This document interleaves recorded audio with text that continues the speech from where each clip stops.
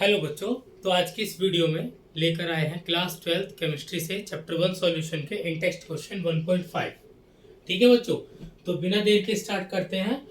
Calculate molality molarity and mole fraction. आपको यहाँ पर क्या कैलकुलेट करना है? Molarity and mole fraction of K I if the density of 20% mass by mass aqueous K I is 1.202 gram per ml।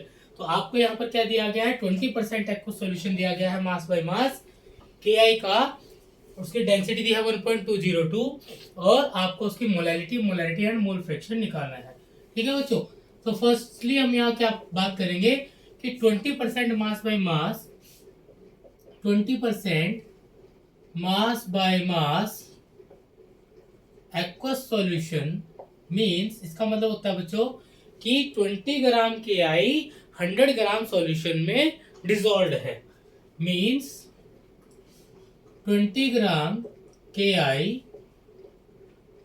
Dissolved in 100 gram solution.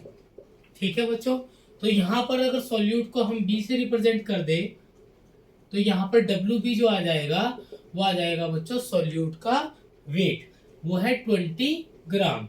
अब मास of solution बच्चों कितना है? 100 ग्राम। मास ऑफ सॉल्यूशन जिसे हम रिप्रेजेंट करते हैं W A plus W B से, ये है हमारा 100 ग्राम। अब यहाँ पर बच्चों क्योंकि मेरे पास डब्ल्यू बी है, इसको इधर माइनस में ले जाएंगे तो डब्ल्यू ए आ जाएगा, यानी कि मास ऑफ सॉल्वेंट 100 माइनस 20 यानी कि 80 ग्राम।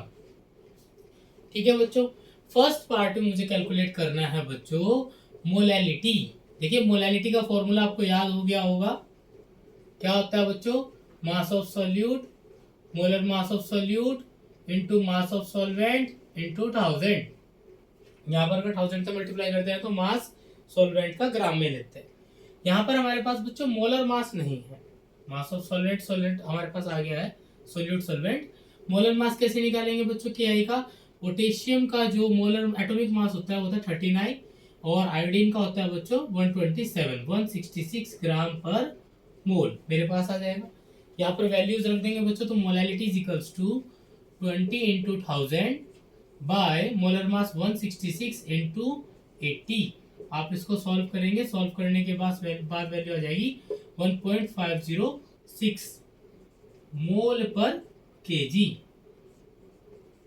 ठीक है बच्चों, तो फर्स्ट पार्ट आपका कंप्लीट हो गया है। सेकंड पार्ट में कह रहा है मोलैरिटी। मोलैरिटी का फॉर्मूला क्या होगा बच्चों? Molarity capital M is equals to mass of solute by molar mass of solute into volume in ml into 1000। देखिए यहाँ पर वॉल्यूम नहीं है सॉल्यूशन का, लेकिन हमारे पास डेंसिटी और मास है, तो हम कैसे निकालेंगे बच्चों? Since density is equals to 1.202 gram per ml and mass of solution कितना है बच्चों? 100 ग्राम। अब क्योंकि डेंसिटी हमें पता है मास बाय वॉल्यूम होती है बच्चों, तो वॉल्यूम यहाँ ले आएंगे, डेंसिटी नीचे ले आएंगे, तो volume is equals to mass by density, यानी कि 100 बाय 1.202।